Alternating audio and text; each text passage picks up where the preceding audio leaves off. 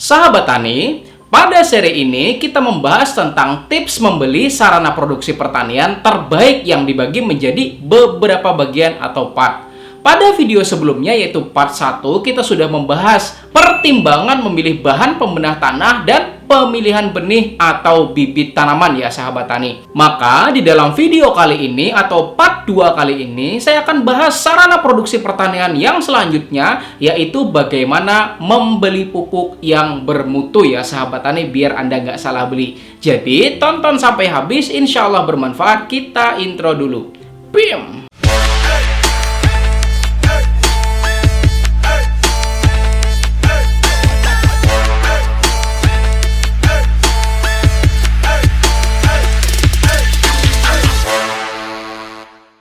Dan saya doakan buat sahabat tani yang sudah subscribe channel ini dan klik tombol loncengnya, ilmunya makin berkah, rezekinya tambah banyak lagi. Amin.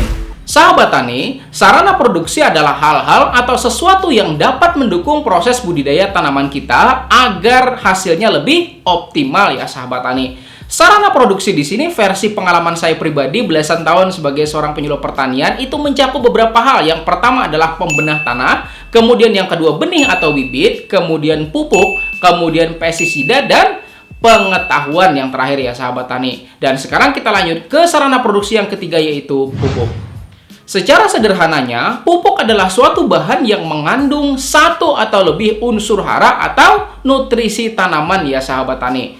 Unsur hara itu sendiri terbagi menjadi dua ya sahabat tani, yaitu unsur hara makro dan unsur hara mikro ya sahabat tani. Dan penjelasan unsur hara makro mulai dari unsur hara nitrogen, fosfor, kalium, kemudian kalsium, sulfur, hingga magnesium ya sahabat tani sudah saya jelaskan tuntas ya sahabat tani di channel ini. Silahkan sahabat tani kalau mau nonton. Dan unsur hara mikro juga ya sahabat tani, yaitu mangan atau Mn, kemudian boron atau B, besi atau Fe, kemudian seng atau Zn, klor atau Cl, hingga molibdenum atau Mo ya sahabat tani. Dan buat sahabat tani yang ingin ringkasan penjelasan apa fungsi dari masing-masing unsur hara dan kisaran konsentrasinya ya sahabat tani di dalam tanaman, maka sahabat tani bisa lihat pada gambar berikut ini. Silakan.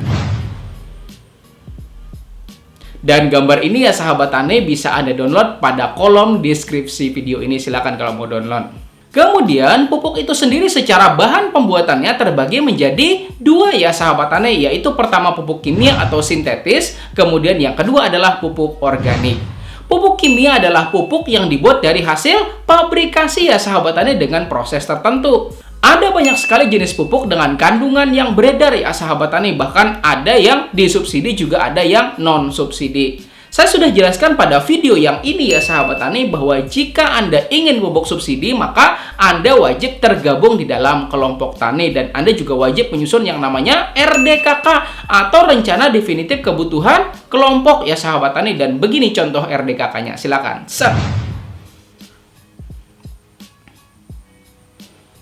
Dan kalau Anda nggak tergabung, ya susah dapatnya ya nggak sahabat tani. Makanya silahkan datangi ketua kelompok taninya dan minta bergabung dalam kelompok tani itu ya sahabat tani. Atau Anda juga bisa datangi PPL-nya ya sahabat tani, biar dibantu PPL-nya buat masukin usulan untuk mendapatkan jatah pupuk bersubsidi ini ya sahabat tani pada saat penyusunan RDKK nanti.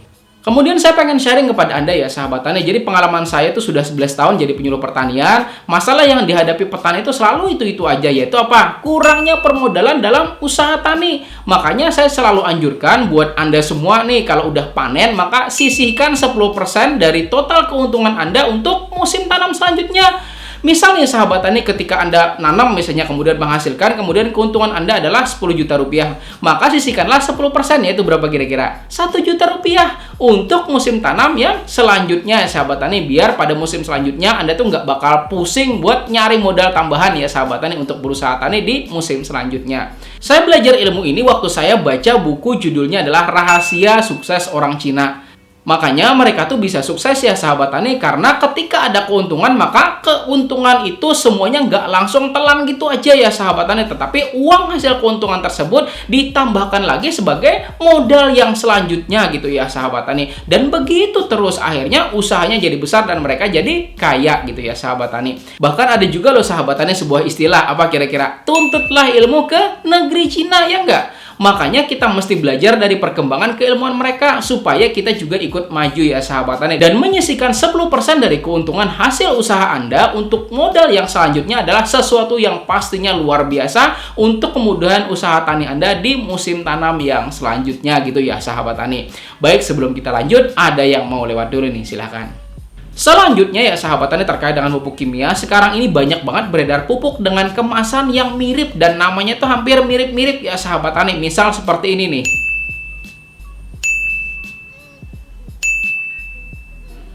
Maka ya sahabat tani, Anda harus lebih jeli, harus lebih teliti, terutama bagi Anda yang mau beli SP36 ya sahabat tani. SP36 itu merupakan singkatan dari Super Fosfat 36. Tetapi banyak juga beredar di pasaran ya sahabat tani, pupuk yang mencantumkan embel-embel SP36, tetapi ternyata isinya tuh pembenah tanah ya sahabat tani. Saya tuh nggak bilang jelek dan juga saya tuh nggak bilang palsu ya sahabat tani, tetapi jangan tergoda ya sahabat tani karena harganya murah. Karena pastinya pembenah tanah itu reaksinya ke tanaman kita itu beda dengan SP36 yang kandungan utamanya itu fosfor ya sahabat tani atau fosfat.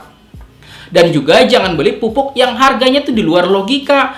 Analisa dulu ya sahabat tani, itu benar apa enggak kira-kira yang Anda maksud. Karena daripada udah terlanjur beli nih sahabat tani dan ternyata kandungannya itu bukan yang dimaksud, maka jadi mubazir nantinya ya sahabat tani. Baik, saya mau nunjukin dulu sebuah gambar mengenai SP36 yang berikut ini ya sahabat tani. Silakan simak gambar berikut. Set. Pertama ya sahabat tani, di bagian atas kemasan harus bertuliskan pupuk bersubsidi pemerintah, barang dalam pengawasan. Kedua, kandungan haranya itu jelas ya sahabat tani, yaitu 36% fosfat dan 5% sulfur. Artinya kalau nanti ditemukan bertuliskan CaO, MgO, CaCO3 atau MgCO3, maka itu isinya pembenah tanah ya sahabat tani dan bukan berisikan fosfat atau fosfor yang dimaksud, oke? Kemudian yang sering kejadian ya sahabat tani yang mau beli pupuk NPK majemuk merek Ponska, maka tuh Anda perlu tahu ya sahabat tani bahwa Ponska itu tulisannya adalah Ponska, PHONSKA ya sahabat tani, Ponska. Dan setahu saya produksinya itu adalah Pupuk Indonesia dan Petrokimia Gresik. Maka jika ada yang di luar itu berarti bukan Ponska yang dimaksud ya sahabat tani. Saya juga nggak bilang jelek ya sahabat tani yang bukan merek Ponska, hanya hurufnya aja yang beda ya sahabat tani, maka itu bukan Ponska yang dimaksud. Baik, saya akan tunjukkan kembali kepada Anda sebuah gambar berikut ini, silahkan. Set. Sama seperti SP36 tadi, pertama pada bagian atas kemasan harus bertuliskan pupuk bersubsidi pemerintah, barang dalam pengawasan. Kemudian yang kedua, tulisannya itu harus Ponska ya sahabat tani. Kalau tulisannya Poska kah, misalnya Ponska kah, atau apalah misalnya yang itu misalnya sahabat tani ya, maka itu bukan Ponska yang dimaksud ya sahabat tani, oke? Dan saran juga nih sahabat tani buat Anda, mintalah PPL-nya untuk mendampingi Anda kalau mau beli pupuk. Karena harusnya tuh semua PPL tuh tahu ya sahabat tani di mana penjual pupuk yang lebih terpercaya dan tidak menjual barang-barang yang tidak seharusnya dijual gitu ya sahabat tani. Insya Allah ya sahabat tani, pada kesempatan yang lain saya tuh dengan teman saya namanya Bapak Hani Subagio, seorang dosen hukum di Universitas Pembangunan Nasional Yogyakarta, itu akan bahas apakah pupuk dengan nama yang sama dan berpotensi bikin petani salah beli itu bagaimana dari aspek hukumnya ya sahabat tani, dan insya Allah dibahas pada kesempatan yang lain ya sahabat tani kalau Anda setuju. Makanya saya mau tahu dulu nih persetujuan Anda ya sahabat tani lewat kolom komentar. Jika memang Anda setuju, maka insya Allah akan saya buatkan videonya. Gimana? Setuju? Baik sahabat tani, kita izinin dulu ada yang mau lewat, silahkan. Baik, selamat datang kembali ya sahabat tani. Saya tuh mau pastikan dulu nih, Anda sudah klik tombol jempolnya ya sahabat tani pada video ini, biar makin banyak angka jempolnya pada video ini ya sahabat tani. Silahkan klik jempolnya dulu. Selanjutnya bahas pupuk berdasarkan bahan pembuatnya yang kedua, yaitu pupuk organik. Pupuk organik secara definisinya adalah pupuk yang dibuat dari bahan-bahan organik yang biasanya berasal dari hewan atau limbah hewani ya sahabat tani atau bahan nabati. Dan pupuk organik selain berfungsi untuk menyediakan unsur hara bagi tanaman, juga dapat meningkatkan kesuburan dan pembenahan tanah ya sahabat tani. Jadi dia itu multifungsi ya sahabat tani, yaitu menyediakan hara bagi tanaman juga untuk membenahi tanah pertanian kita.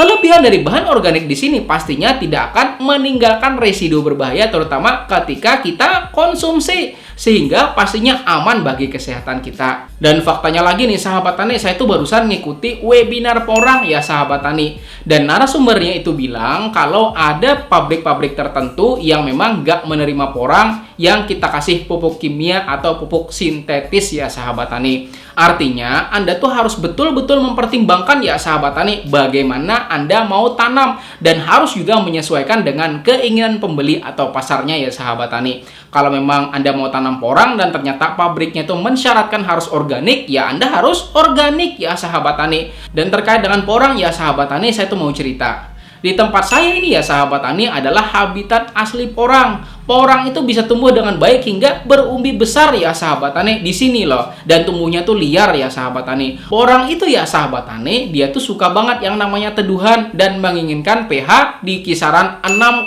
hingga 7. Mungkin ada beberapa referensi yang mengatakan bahwa porang itu bisa hidup di 5,5 sampai 6,5 pH-nya ya sahabat tani. Tetapi kalau mengacu pada video yang ini, maka Anda tuh pasti bakal paham bahwa pH 5,5, maka unsur hara makro seperti fosfor dan kalium itu nggak bakal bisa terserap ya sahabat tani secara maksimal.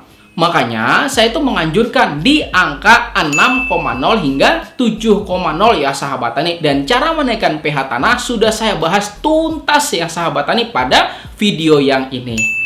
Dan juga porang itu suka tanah yang mempunyai porositas yang baik biar perakarannya itu bagus dan umbinya pun bisa lebih mudah untuk membesarnya ya sahabat tani. Dan penjelasan tentang porositas tanah sudah saya bahas pada video yang ini. Oke, balik lagi ya sahabat tani, kita bahas soal pupuk organik. Kemudian kekurangan pupuk organik di sini ya sahabat tani, kita tuh mesti berikan dalam jumlah yang lebih banyak untuk memenuhi kebutuhan nutrisi tanaman kita. Karena pastinya hara yang tersedia pada bahan organik terurai atau terfermentasi ya sahabat tani itu nggak bakal sebanyak yang sintetik atau pabrikan. Tetapi dibalik itu semua, saya tuh yakin ya sahabat tani tersimpan kelebihan yang mungkin jauh lebih besar manfaatnya. Dan lagi nih sahabat tani, tips buat Anda yang mau pakai pupuk organik dari kotoran hewan atau kotoran ternak ya sahabat tani, maka saran saya harus difermentasikan lebih dahulu. Alasannya karena kotoran ternak yang masih segar itu masih dalam proses penguraian yang bakalan menimbulkan peningkatan suhu. Jadi kalau kita langsung berikan kepada tanaman kita sebagai pupuk, tanaman itu pasti bakalan layu, bahkan bisa mengakibatkan kematian bagi tanaman. Lalu kepanasan sahabat tani. Dan sahabat tani tahu nggak kira-kira kenapa kotoran ternak ini bisa bersifat panas? Jawabannya karena kotoran ternak ini mengandung yang namanya amonia yang tinggi ya sahabat tani. Meskipun sebenarnya yang namanya amonia itu berfungsi untuk meningkatkan hasil produksi tanaman. Tapi kalau kandungannya banyak atau terlalu tinggi ya sahabat tani, pastinya dapat membakar tanaman kita, betul nggak? Selain itu juga, di dalam kotoran ternak ini juga mengandung yang namanya bakteri patogen yang pastinya bakal dapat merusak tanaman kita apabila langsung digunakan sebagai pupuk. Makanya, sangat diperlukan fermentasi ya sahabat tani untuk membunuh bakteri, parasit, atau bahkan bahan-bahan yang berbahaya lainnya. Jadi ketika proses fermentasi berlangsung, kotoran ternak akan mengeluarkan panas ya sahabat tani. Kemudian energi panas di sini membunuh bibit penyakit yang ada di dalam pupuk tersebut ya sahabat tani, dan mematikan biji-bijian gulma juga yang pastinya bakal mengganggu tanaman kita nantinya. Sehingga kotoran hewan ternak yang sudah melalui proses fermentasi menjadi lebih aman untuk kita gunakan. Fermentasi di sini sederhana aja ya sahabat tani, bisa menggunakan media starter seperti IM4 misalnya atau Trichoderma. Media ini dapat mempercepat proses dekomposisi atau penguraian ya sahabat tani, sehingga proses fermentasi dapat berlangsung lebih cepat ya sahabat tani. Oke, sekian dulu ya sahabat tani pembahasan kita kali ini, yaitu pemilihan sarana produksi yang ketiga, yaitu pupuk. Awalnya ya sahabat tani, saya tuh mau bikin 2 part aja, tapi ternyata ketika saya bikin konsep, bikin kerangkanya ya sahabat tani, ini kok malah tambah banyak yang bakal dibahas. Apalagi pada seri ini itu ada yang request. Salah satu sahabat tani yang tiba-tiba komen di salah satu video, katanya, "Pak, tolong dong bahaskan soal pupuk palsu," katanya. Makanya jadi panjang ceritanya di part yang kedua ini ya sahabat tani. Tetapi mudah-mudahan bermanfaat untuk Anda. Dan selanjutnya kita akan membahas bersama bagaimana memilih pestisida yang tepat serta pentingnya pengetahuan dalam mendukung budidaya tanaman kita ya sahabat tani. Dan di samping sini ya sahabat tani ada 2 video yang saya rekomendasikan untuk Anda pelajari. Insya Allah akan semakin membuat keilmuan Anda tambah banyak lagi. Tonton ya sahabat tani. Terima kasih sudah nonton. Saya Rizali Ansar dari channel Penyuluh Pertanian Lapangan. Terima kasih. Wassalamualaikum warahmatullahi wabarakatuh.